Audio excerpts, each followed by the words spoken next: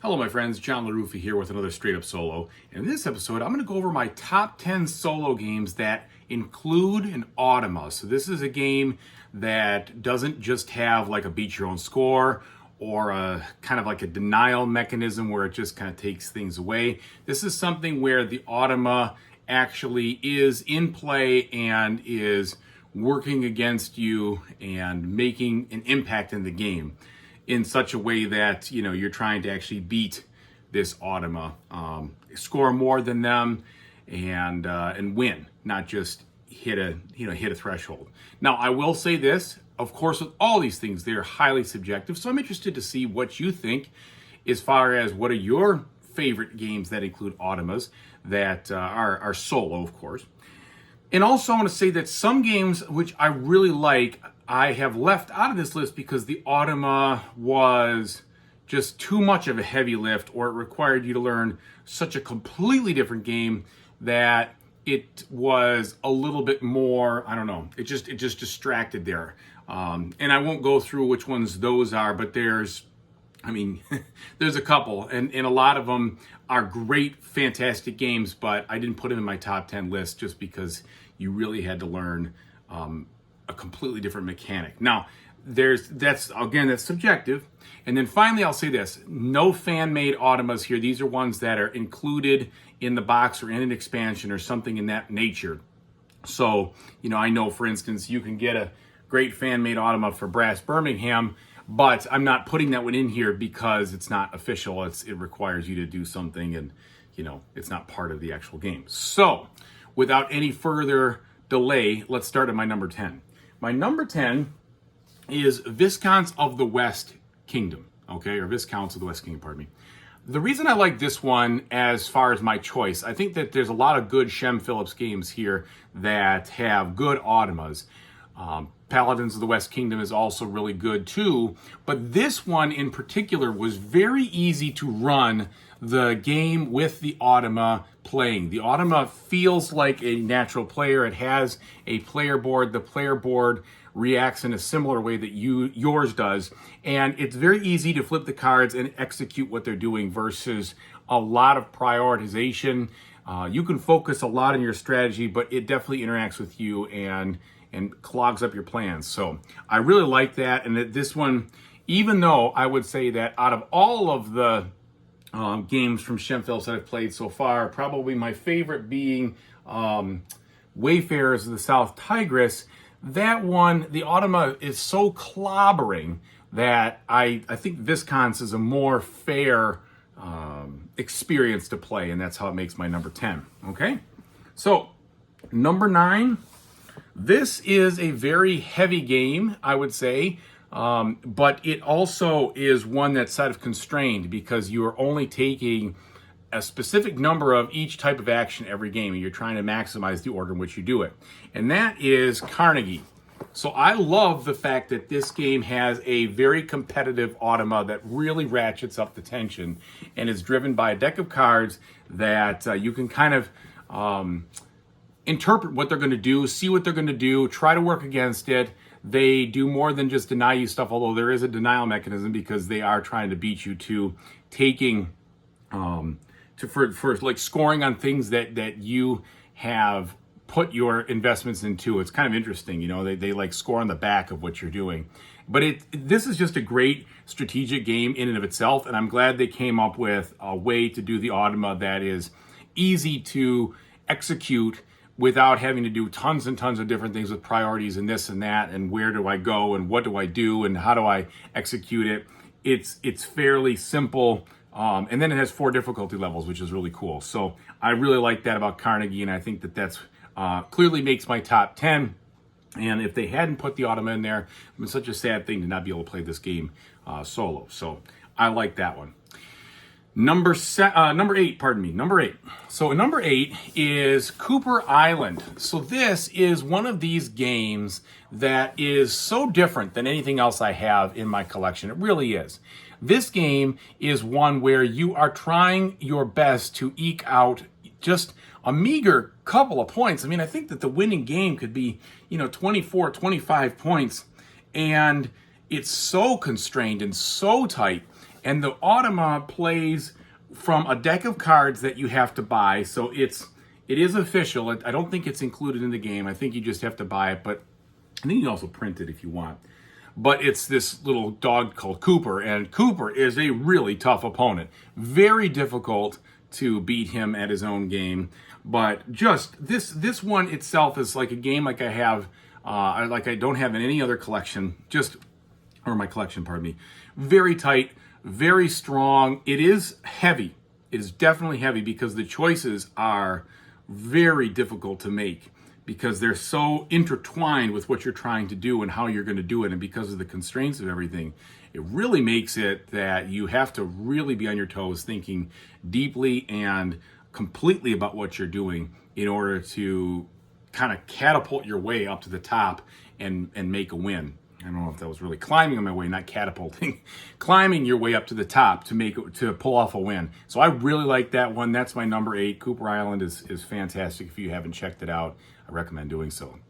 Number 7 is a huge box, and it is Dwellings of Elder Vale. Now, Dwellings of Elder Vale is an area control combat style game, so to speak.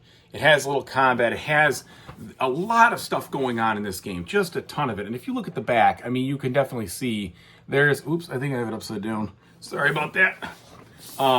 If you look at the back, there's just a ton of stuff going on. That, like I said, the main part of this game is area control, but there's also stuff where you are working your way on tracks to store points, and you're getting different cards that give you special abilities, and you're pushing and pulling over different resources as far as spaces to be on the board. And the solo mode does such a good job of providing you with a good full experience. It's driven by a deck of cards and dice rolling, and it's fairly easy to execute based on a system that they've put in place, based on this system of having this watcher. And you roll the dice, it'll tell you one of 3 spots that you choose to take the action card from. You do what the action is, and it's then monitored by what is on the space plus with the watcher. And it's what I think is great about it is they found a way to make a real opponent-like feel when you're playing that, and do it in such a way that still you can focus on your turn, do what you want, keep your strategy in mind, but really feel like you're duking it out with another personality, which I think is really cool. So that's a great game. I'm so glad they threw in the solo mode on that to be able to play it that way. Just a really fun one.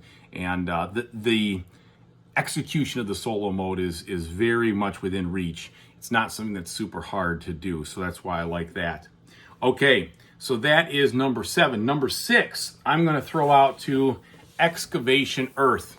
So Excavation Earth is a game that has such a, what do I want to say? It's almost got like an underwhelming feel when you look at the back of this board to me. But there's so much going on in this game. It is a market manipulation game with action cards that drive the mechanics. And the first release of the game had a solo mode that had a couple of flaws in it. And I think it's fantastic that they tuned that up after maybe feedback or realization. Basically what happened is that some of the area majority, the solo opponent would just keep putting cubes in there and never getting them out. And so once they kind of had a lead, it almost became hopeless to try to get those points. And that would usually push them into very high scores and make it tough to deal with that. And I'm sure there is a way to deal with that, but it felt like it was unfair. They tweaked that out and basically made it so that if they're in the majority, they will actually remove a cube to score some points instead of just dumping on those things. And that made it very balanced. There's a couple of expansions for that game. The game itself is so much fun. It's got such an amazing ability to do a market manipulation game with just 2 players, you and the solo opponent. But the market is all over the place. It's predictable yet swingy at the same time. You can pull off some sweet, really cool moves. And the actual execution of the Automa is not very difficult. It's card driven. They tell you exactly what to do, how to do it. There are some priorities, but in the latest expansion. They summarize those priorities on a solo player aid, 2 cards, which really helps things. But also, what you find is that basically the priorities are all focused on doing the best for the AI and the worst for you. So you could reason that out too once you get used to the game and don't have to necessarily go, line by line. It's not something that's too opaque or obscure to see. You'd be like, of course they would absolutely do this because this is the best move for them given the card they chose. So Excavation Earth is a fantastic game. Highly recommend it for those who like market manipulation, because that is primarily what's going on in the game. There's interesting card play and intricacies of how you pull off these big moves, but it is market manipulation. So you got that. Okay, so that brings me to my number 5. Now, number 5, I will say this could be either or of a game, because there are 2 versions of this game out right now, and I will say that they're both good as far as solo standpoint is concerned. But that would be Great Western Trail. Now, I'm holding the Argentina box, but the Great Western Trail, the original one, is just as good, and the expansion is just as good. But here is a game that originally did not have an Automa for it. Oh man, I keep putting the covers on backwards. It did not have an Automa for it, okay? And then they built it in, they put it in the 2nd edition. And man, did that just take this game to a new level for me. I actually liked the game okay, but the solo, I just was never going to be able to get it to the table without some help from, others, because it was a multiplayer only game. And then they came out with the solo, and then they rolled it in. Now, I don't remember the print and play.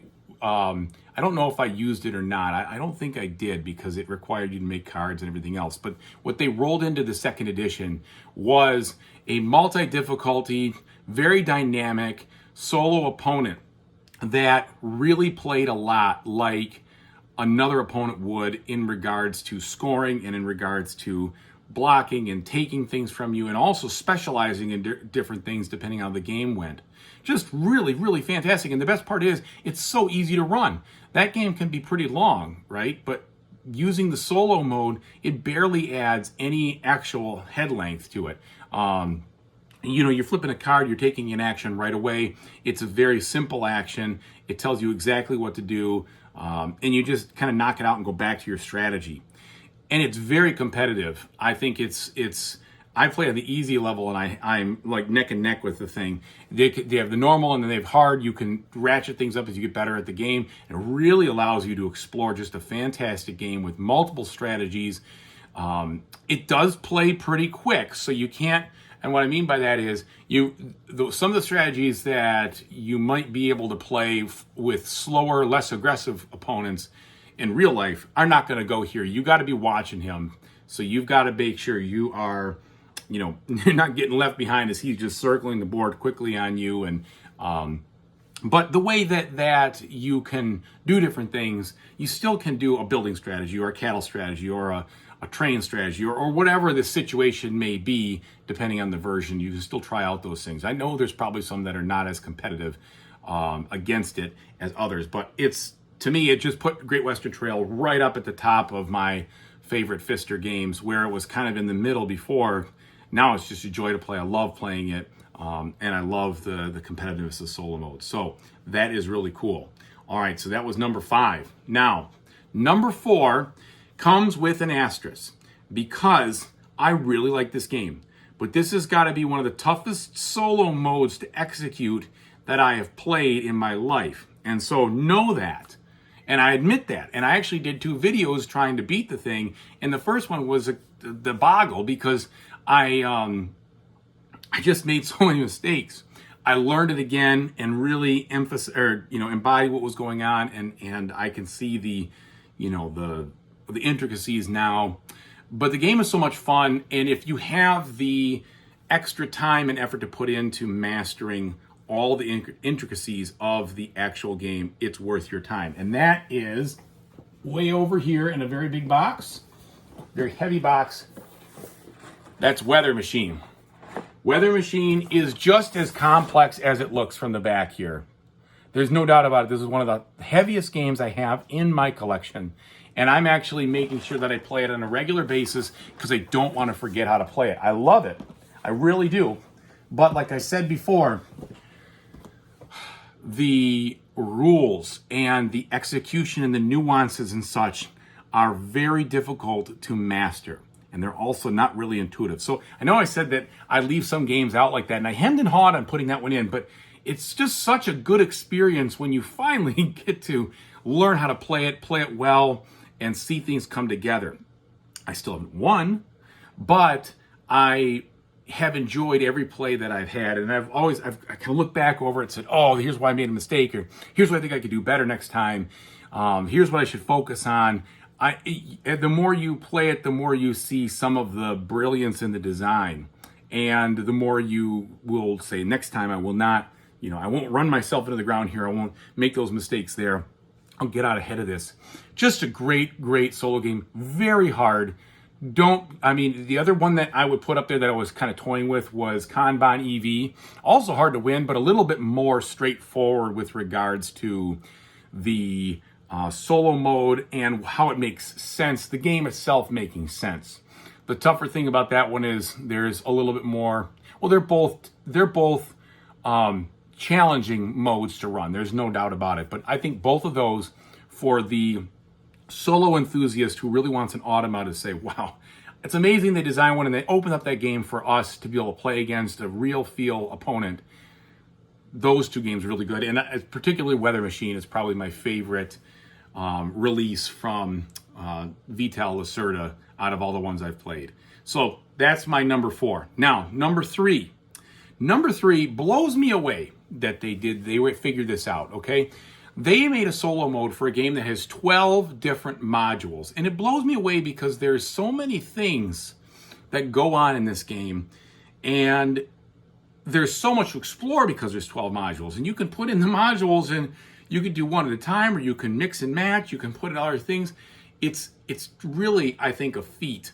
And I had to include it in here. Now, it's also a lot of fun, don't get me wrong. But it was just such a feat for me to see what they did. And that game is my bronze medal winner, Glenmore 2. All right, so Glenmore 2 is a game that remade an older game, Glenmore. And what it is, it's kind of like a tile tableau sort of builder where you're putting things in. It's just a very, very, very unique game. You're making this little landscape with tiles. You have workers on them. The action order that you pick, the further you go, the fewer turns you have. But there's tension in wanting to get certain tiles faster. There's unlocked abilities, and there's all this stuff. And then in this box itself, there's 9 modules. Now, to get the solo, you do have to buy the Highland Games edition to get the solo mode, okay? So you have to buy this one, not the edition, the expansion, pardon me, which gives you 3 more modules, but this then allows you to have the solo board, which you can kind of see here, and this solo board then with cards and all the intricacies. They find a way to just do it, and they do it in such a competitive way. It works. The system is not bogged down. It's very elegant. The way that it adjusts for the different mechanisms you're using is clever. The different expansions you put in is dynamic because they use different icons to say, it does this when it's this, or it's that when it's that, depending on what you're playing with. Just really, really, really cool. And Glenmore itself is a very tactical game because tiles are coming up on this rondelle and you're grabbing tiles when you see fit. And it's just, I'm very impressed that they put together such a fantastic Automa for a game that is so dynamic and so fluid, and then one that works with just about every one of the expansions in the box. I think maybe one of the expansions doesn't work, or one of the modules, pardon me, doesn't work with it. But I mean, okay, so 11 out of 12, bravo. So I really like Glenmore 2, and I think the reason it's my number 3 is because of the feat they pulled off by putting that one in. Okay, silver medalist now is one, again, which I think is an amazing accomplishment that they made a solo mode for this, because the priorities in this game are so varied. It's complete area control and it's got some other mechanisms and things going on with rondels and other stuff. But really, this game itself, not easy to learn the solo mode until it clicks. And then when it clicks, when you see the forest from the trees, you see how he's prioritizing. You don't have to go through all of the ifs and that's and this and then that's and this and that's. It becomes obvious he's going to make mostly the best choice for himself. That is good for you, bad for him. But I'm talking about Terracotta Army. Terracotta Army is my number 2, my silver medal winner here. Again, the box is upside down. This time it's all over the place. Terracotta Army has this grid here where you are placing down different soldiers, and you are going to, or different members of the Terracotta Army, and you are going to put these soldiers in different places to score area majorities in the columns and the rows, plus against some varying scoring conditions at the end of each round. And you're going to be using this multifaceted, it's not really a rondel, it's more of a action selection, I guess, mechanism where things move around. And the solo just does an awesome job being able to handle all that. It blocks you in the fact that it takes moves from you. It makes you think. It twists things around. It pulls fast ones.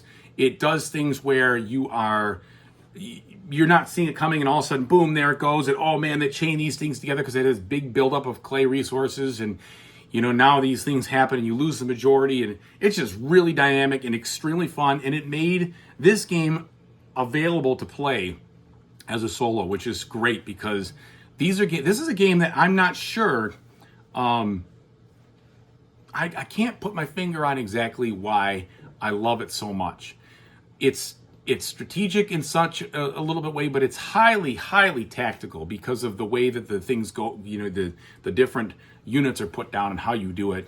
But it is so rewarding to play this game and to compete well against a very difficult to beat AI, and to kind of see around that corner to make the win is really, really cool. So Terracotta Army is one that I would highly check out if you like the area control, or I should say area majority, I suppose, not control, but majority, scoring, and a lot of different things that are really cool about how the pieces interact and what they can do, and how you can really make some sweet, sweet tactical choices.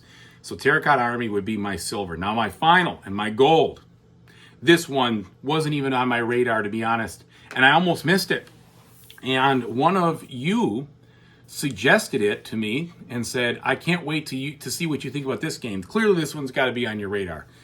And I had kind of overlooked it first because I have so many, I've had so many games in this fashion. And this one, from a theme standpoint, really blended in with another game that I have, which I really love, called Merv. Okay, Merv didn't make my list here for the Automa because I find that the Automa is confusing to execute in that one. Unfortunately for me, it's very confusing. I love it. I love that game, but it's extremely confusing to execute, and so that detracts from making a top 10 list. But this game, oh man, clearly my gold, and it's Sabika. Sabika was a release just a couple of months ago at the time of this video, and it is a grandiose rondel game with all sorts of amazing choices built in. There is so much going on depending on the cards you take, on the places you go, on the decisions you make. With this rondel, if you choose one thing, you're basically eliminating a lot of other choices. And the way that the blocking happens with the AI, the way that the AI executes from a simple deck of cards, but with the priorities and how it goes through, and how it really can be just a bear to win. Just a fantastic game. And what I love about Sabika so much is that there's so much content built into this game based on the different strategies you can take based on the type of cards that come out, the bonuses associated with those cards, what you want to focus on, how you want to master that rondel, that it is just at a whole nother level. I mean, it really is. It is a joy to play. It is a joy to play, and without that Automa, you wouldn't be able to play it solo. And the Automa makes it so that you feel like you're absolutely playing against another player. And the way that they have other golden workers in their blocking spaces, they don't really block them, they just make it more expensive. It really makes you feel like you're playing against multiple people, which is what you need in that kind of game, but without having to do all of the legwork to execute multiple players. So Sabika is definitely my gold winner for at the time of this video here, kind of coming into the end of the third or the first quarter of 2023 when I'm making this. And so those are my choices for my top 10 favorite games that have Automas for solo. Let me know which ones that I missed that you love. I had a lot to choose from. There are a lot of good ones out there, and these were tough for me to select these 10 versus other ones. And you may see someone behind me, they say, oh no, I can't believe you didn't choose this or that. Yeah, it's 10 is a tough number to get to, but these I really like, and I think there's a dynamic amount of game in these. They're not, none of the games are really similar to one another. They're all very different. And if you're looking for some recommendations, any of the ones that I chose on these top 10s, I can highly recommend. You will have a great time if you like this kind of thing. So thanks so much for watching. I really appreciate it. Whatever you decide to play in the future, I hope you have a fantastic time doing it. Take it easy, everybody.